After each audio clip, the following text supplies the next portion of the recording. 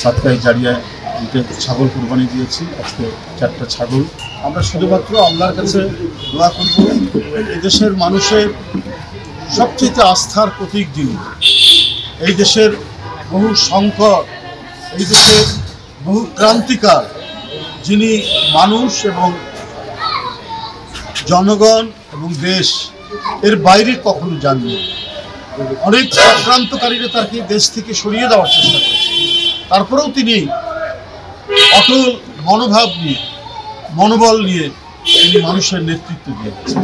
তাই আজকে সারা দেশে, শুধু বিএনপি বলে না, বা বিএনপির যে আরও অঙ্গ সংগঠন, যুবদল, ছাত্রদল, স্বেচ্ছাসেবক দল, তাঁতি দল, মহিলা দল আছে অনেক, কিন্তু এর বাইরেও সাধারণ মানুষ আজকে সমবেদনায়, আজকে মানুষ যে বেদনার্থ হয়ে পড়েছে তার এই গুরুতর অসুস্থায়, এটা মানে ভাষায় প্রকাশ করা যাবে না।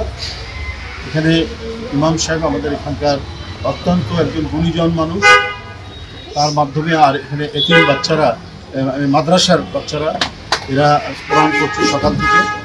আমরা তাদের যে মানে দোয়া এবং তাদের এই কোরআন পাঠ, পবিত্র কোরআন পাঠ, এটা আল্লাহ নিশ্চয়ই শুনবেন। আর এখানে আমরা যে সাদকায়ে জারিয়া যেটা বলে সৎকার, সেটা এখানে ব্যবস্থা করা হয়েছে। এটা সম্পূর্ণরূপে যিনি এটা দান করেছেন আমাদের কফিল ভাই, তিনি কালকে আমরা ওনার মাহবুবের বাসায়, তার উদ্যোগে নির্বাহী কমিশন তার উদ্যোগে আমরা সেখানে সাদকায়ে জারিয়ায় ছাগল কুরবানি দিয়েছি। আজকে 4টা ছাগল এখানে কুরবানি দেওয়া হবে। আমাদের কফিল ভাই মহানগর উত্তর বিএনপি যুগ্ম আহ্বায়ক, তার ব্যবস্থাপনায়, তার শুরু এটি হচ্ছে। আমরা জানের বদলে জান যে সাদকা, আল্লাহ সেটা কবুল করবেন। আমরা উপস্থিত হয়েছি, বাচ্চা এবং মাদ্রাসার বাচ্চারা সবাই উপস্থিত আছে। আল্লাহ নিশ্চয় দোয়া করবেন, ইমাম সাহেবকে দোয়া করবেন। আপনি অফুরন্ত রহমত বরকত শান্তি নাজিল করুন আল্লাহ। ইয়া আল্লাহ তাআলা জনাব তারেক রহমান সাহেবকে নেক হায়াত দারাজ করুন আল্লাহ।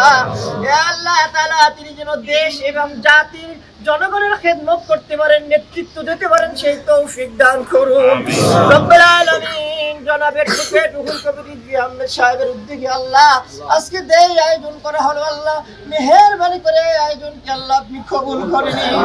ইয়া আল্লাহ তাআলা তিনি অসুস্থ, আল্লাহ তাকে পরিপূর্ণ সুস্থতা দান করুন আল্লাহ।